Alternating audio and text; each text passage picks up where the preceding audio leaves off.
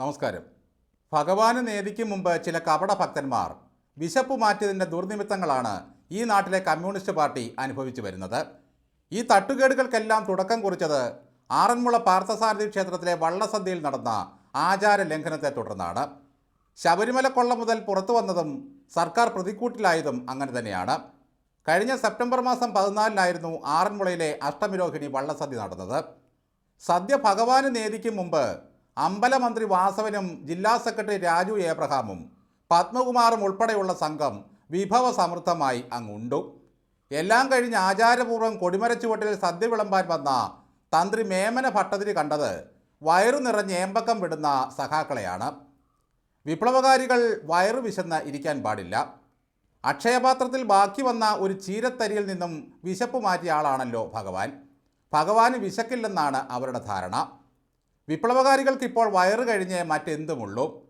ഈ ആചാര ലംഘനത്തിൽ ഭഗവാന്റെ അപ്രീതി ഉണ്ടായതായും വിളിച്ചു ചൊല്ലി പ്രായച്ചിത്തം നടത്തി എണ്ണപ്പണം സമർപ്പിക്കണമെന്നും തന്ത്രി കൽപ്പിച്ചു.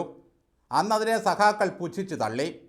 പിന്നീട് സംഭവിച്ചതൊക്കെ യാദൃച്ഛികമാണോ ദൈവകോപമാണോ? ഒന്ന് നോക്കൂ. ഭഗവാന് നേദ്യം സമർപ്പിക്കുന്നതിന് മുമ്പ് സദ്യയുണ്ട ദേവസ്വം മന്ത്രി മുതൽ രാജു ഏബ്രഹാം വരെ ശബരിമല കൊള്ളയിൽ നാറിപ്പോയി. പിന്നീട് നടന്ന അയ്യപ്പ സംഗമം മുതൽ തുടങ്ങി ഓരോരോ അനർത്ഥങ്ങൾ. എന്തായാലും സദ്യ ഉണ്ടാക്കിയവരും വിളമ്പിയവനും ദേവസ്വം ഉദ്യോഗസ്ഥനും എല്ലാം കൂടി ചേർന്ന് ബുധനാഴ്ച ആറന്മുള ക്ഷേത്രത്തിൽ വിളിച്ചു ചൊല്ലി പ്രായച്ചിത്തം നടത്തി. പരിഹാരക്രിയയുടെ ഭാഗമായി 11 പറ അരിയുടെ സദ്യ ഊട്ടുപുരയിൽ തയ്യാറാക്കി. തിടപ്പള്ളിയിൽ 1 പറ അരിയുടെ നിവേദ്യം, 4 കറി നിവേദ്യം. അന്ന് ആചാരപൂർവ്വം ചെയ്യേണ്ടിയിരുന്ന സകല കാര്യങ്ങളും ചെയ്യേണ്ടി വന്നു. അതിനുശേഷം ഇനി മേലിൽ ഇങ്ങനെ അബദ്ധം പറ്റില്ലെന്ന് പ്രതിജ്ഞ ചെയ്തു.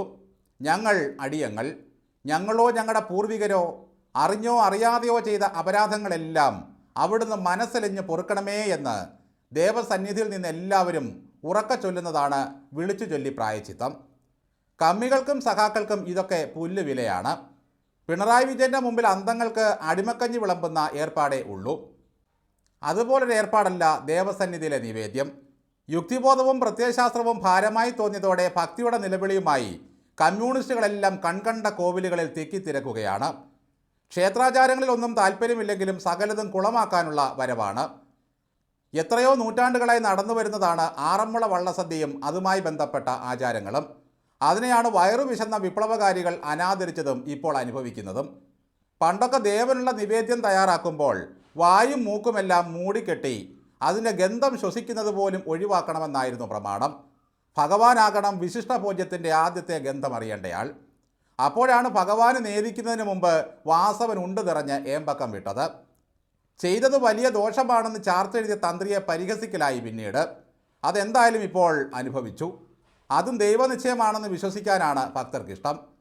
ശബരിമല ശ്രീകോവിലിൻ്റെ മുമ്പിൽ വയറും താങ്ങി നിൽക്കുന്ന വാസവനൊക്കെ എന്തൊരു അശ്ലീല കാഴ്ചയാണ് ഭക്തരെ സംബന്ധിച്ചിടത്തോളം. വിശ്വാസമില്ലെങ്കിൽ കോക്കാമ്പീച്ച് കാണിക്കാതെ നിങ്ങൾക്ക് നിങ്ങളുടെ ഓഫീസ് മുറിക്കുള്ളിൽ പോയിരുന്ന് വിശ്രമിച്ചുകൂടെ? വാസവൻ എവിടെ പ്രത്യക്ഷപ്പെട്ടോ അവിടമെല്ലാം കുളമാകും.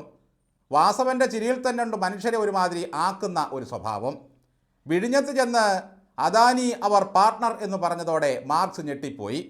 മോദിജി ഇപ്പോഴും അതോർത്ത് ചിരി നിർത്തിയിട്ടില്ല.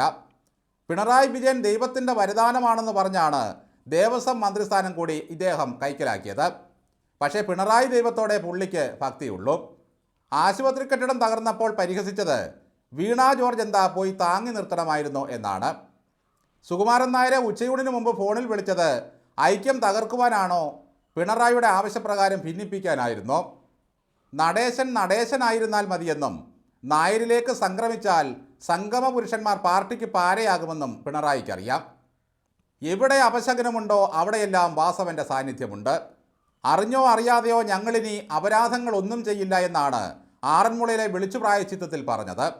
ജനങ്ങൾക്ക് പറ്റിയ ഏറ്റവും വലിയ തെറ്റാണല്ലോ ഇനി കേരളം ഭരിക്കുന്നത്. അതിൻ്റെ പ്രായച്ചിത്തവും ഞങ്ങൾ ചെയ്തു കൊള്ളാമേ എന്നാണ് വിളിച്ചു ചൊല്ലി പ്രാർത്ഥിച്ചതിൻ്റെ അർത്ഥം. അവിശ്വാസികളെ കൊണ്ട് ഒരു ദൈവത്തിനും ശല്യമില്ല. കപടവിശ്വാസികളെയും കപട ഭക്തരെയും കൊണ്ടാണ് ദൈവങ്ങൾക്ക് ഇരിക്കപ്പുറതി ഇല്ലാതായത്. ചിലരുടെ കുറിയും ചരടും കാണുമ്പോഴേ ഭഗവാന് പേടിയാണ്. അകത്തെ ഭക്തി വിപ്ലവത്തിൻ്റെ പേരിൽ പുറത്ത് കാണിക്കാത്തവരെയും ഭഗവാൻ വേഗം തിരിച്ചറിയും. എന്നാൽ ദൈവങ്ങളെ നിത്യവും പരിഹസിക്കുന്ന മൈത്രേയനെ പോലെയുള്ളവരെ സകല ഭഗവാന്മാർക്കും വലിയ ഇഷ്ടമാണ്. അവർക്ക് ആലോചിച്ച് ചിരിക്കാനും ഇത്തരം ജന്മങ്ങൾ വേണമല്ലോ. എന്തായാലും ആറന്മുളയിലെ വിളിച്ചുചൊല്ലി പ്രായച്ചിത്തം പോലെ അടുത്ത തെരഞ്ഞെടുപ്പിന് മുമ്പും ജനം എല്ലാം നെഞ്ചത്ത് കൈവച്ച് ഒരു വിളിച്ചുചൊല്ലി പ്രാർത്ഥനയുണ്ട്. ഞങ്ങൾ ചെയ്ത അപരാധങ്ങളെല്ലാം അവിടുന്ന് മനസ്സലിഞ്ഞ് പൊറുക്കണേ, ഇനി ഞങ്ങൾക്ക് തെറ്റുപറ്റില്ലേ. ഒന്നാലോചിച്ചാൽ എന്തൊരു രസമാണ് ഈ കാര്യങ്ങളൊക്കെ. കപടഭക്തന്മാർ ഭഗവാനേക്കാൾ മുമ്പേ കയറിയിരുന്ന് തട്ടിയതിന് പ്രായച്ചിത്തമായി 11 പറ അരിയുടെ സദ്യയും അൻസാരികളും പിന്നെയും വേണ്ടി വന്നു. ഈ 11 പറ അരിയുടെ ചോറും അമ്പലവാസവൻ്റെ വയറിനുള്ള പ്രായച്ചിത്തമായി വേണം നമ്മൾ കാണാൻ. ദൈവമേ, ഇവന്മാരെവിടെ തൊട്ടാലും ഭഗവാന് കൈനഷ്ടമാണല്ലോ ഫലം.